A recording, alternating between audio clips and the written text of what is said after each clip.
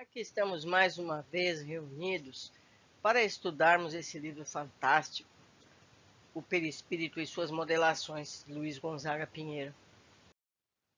Hoje vamos ler o capítulo 52, Estranhos Desencarnes.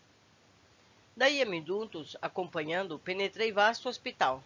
Detendo-nos diante do leito de certo enfermo que o assistente deveria socorrer. Abatido e pálido, mantinha-se ele unido à deplorável entidade de nosso plano, em míseras condições de inferioridade e sofrimento.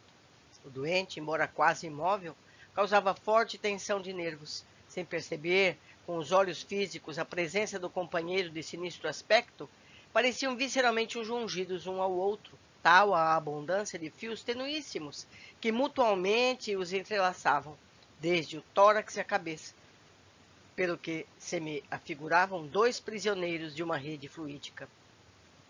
Pensamentos de um deles, com certeza, viveriam no cérebro do outro. Comoções e sentimentos seriam permutados entre ambos com matemática precisão. Espiritualmente estariam, de contínuo, perfeitamente identificados entre si. Observava-lhes, admirado, o fluxo de comuns vibrações mentais. Esse capítulo está no Mundo Maior de André Luiz, capítulo 3, em alguns livros, entre as páginas 38 e 39. Vamos ler hoje o que narra os nossos professores espirituais, Estranhos Desencarnes. Muito já discutimos sobre desencarne neste volume. Não propriamente o desencarne em seu instante de ocorrência, mas como em muitos casos, esse instante cristaliza-se qual fotografia estática na mente de milhares de espíritos que atravessam o túmulo nas mais variadas condições de consciência. Há de se admitir que, estudando tais registros, aprofundamos os pormenores relativos a esses desencarnes. Verificamos, logicamente, que não existe um tipo padrão de desencarne. Variando o evento em tempo, gênero, intensidade dolorosa, técnicas empregadas, tipo de auxílio recebido, dentre tantas variantes. O certo é que podemos generalizar é que, embora todas as evidências possam parecer contrárias a que haja auxílio ao desencarne nessa hora crucial, Deus vela e ampara a todos em sua misericórdia, doando-lhes conforme semearam, e até sem semeadura alguma, posto que ninguém é órfão de Deus. Mesmo quando a condição moral daquele que invade o túmulo atinge as raias da inferioridade, a reencarnação é a mão de Deus estendida, abrir novas portas para a regeneração. Observando-se a problemática da morte, evidencia-se o seu caráter fictício, posto que a vida, uma vez criada, jamais se interrompe. Muda-se de roupa, de plano, mas não de vida. A vida determina o tipo de passaporte por ocasião da viagem, pois o que se julgou determinar como sendo morte tem em seu cenário o enredo pintado e escrito pela vida, tal como foi vivida. Ninguém sai da vida antes, muda de vida.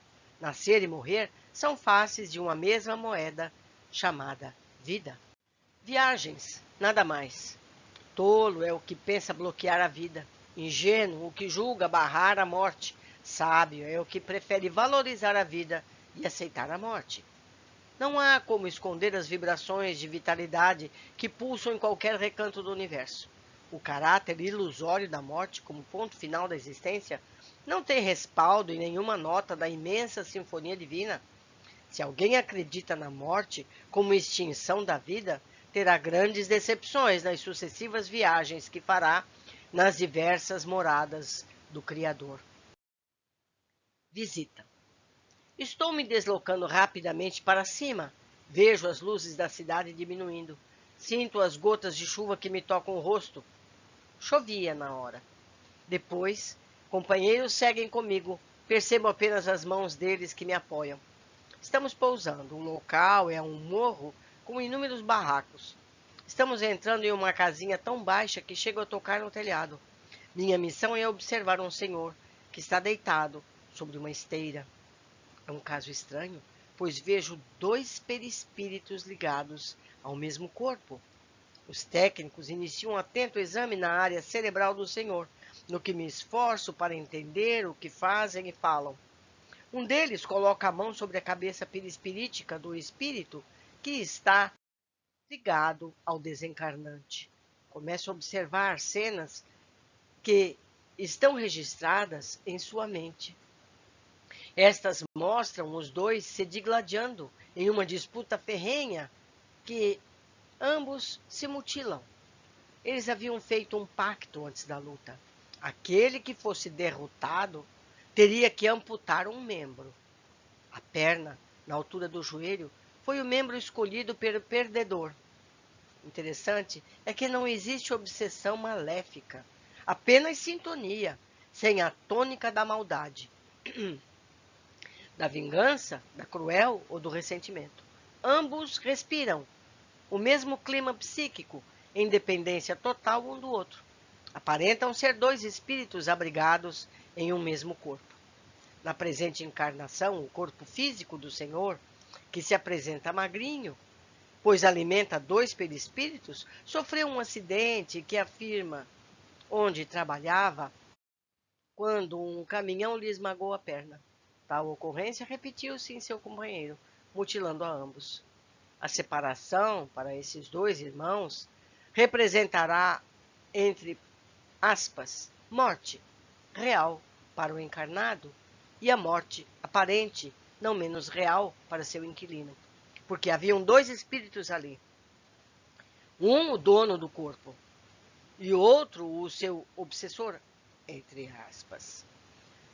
Os instrutores estão aplicando passes para afastar o perispírito imantado ao idoso. É um verdadeiro sanduíche.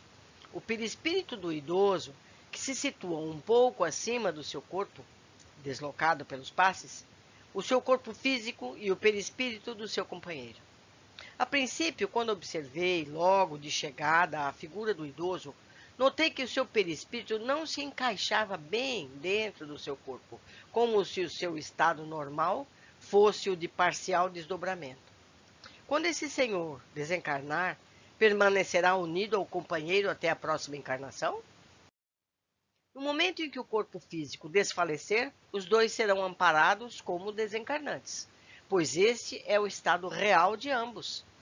Quero saber se os técnicos vão separá-los por cirurgia ou ambos vão ficar juntos até nova encarnação. Eles vão ficar juntos, pois existe um pacto entre eles para não se separarem, mesmo após a morte. Aqui são duas mentes funcionando como uma só. Os técnicos não podem quebrar esse vínculo, mesmo porque não existe a maldade ou a perversidade imantando-os. O que há é afinidade. Estão unidos porque gostam dessa união. O pacto foi muito forte, e mesmo com esses recursos magnéticos que poderiam separá-los, isso seria temporário, pois a sintonia de ambos acabaria por uni-los novamente.